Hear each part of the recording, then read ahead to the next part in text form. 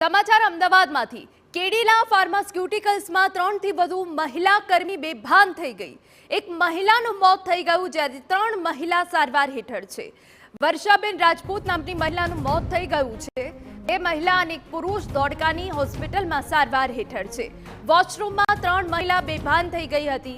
બેભાન થવાનું કારણ હજી અકબંધ છે। મૃતદેહ સ્વીકારવાનો પરિવારજનોએ ઇનકાર કરી દીધો છે।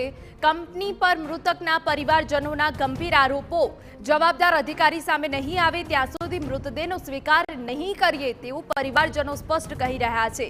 દુર્ઘટના કેવી રીતે ઘટી તે અંગે કંપની કેમ મૌન છે તેવો સવાલ પરિવારજન કરી રહ્યા છે।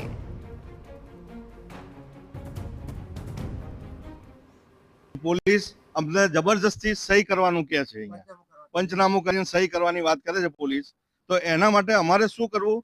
અને જ્યાં સુધી જવાબદાર વ્યક્તિ કોઈ અહીંયા નહીં આવે, જે એચઆરમાંથી 2 વ્યક્તિ જે છે, ચૌધરી સાહેબ અને સિંઘ સાહેબ, એ અહીંયા આવે પછી જ હોસ્પિટલમાંથી લાશ ઉપાડવામાં આવશે। અને પોલીસને મહેરબાની કરીને કહેવામાં આવે છે કે અમારા ઉપર કોઈ પણ જાતનું દબાણ ના કરે, નહીં તો અહીંયા સંખ્યા ભેગી કરતા વાર નહીં થાય। અહીંયા શું અમારા જે કંપનીમાં નોકરી કરે અમારી બેન કે ગમે તે હોય એમની ખાલી કિંમત આટલી કિંમત ના હોવી જોઈએ। અને જો ગેસ ગળતર કે છે કુદરતી ગેસ ગળતર 10 મિનિટના અંદર એમના સહકર્મચારીઓ પહોંચ્યા હતા, ના કુદરતી ગેસ ગળતર ના હોઈ શકે એ રહ્યું। આ મારા બેનની હત્યા થયેલી છે અને જો હત્યાનું જ કાવતરું હશે અને જો કંપનીમાંથી મેનેજમેન્ટમાંથી હજી બી કોઈ હાજર થયેલું નથી। આ ઘટના 6 વાગ્યાની થયેલી છે અને આની તપાસ થવી જોઈએ અને આ વસ્તુના અંદર જે કોઈ બી હોય એને સજામાં કડકમાં કડક સજા થવી જોઈએ।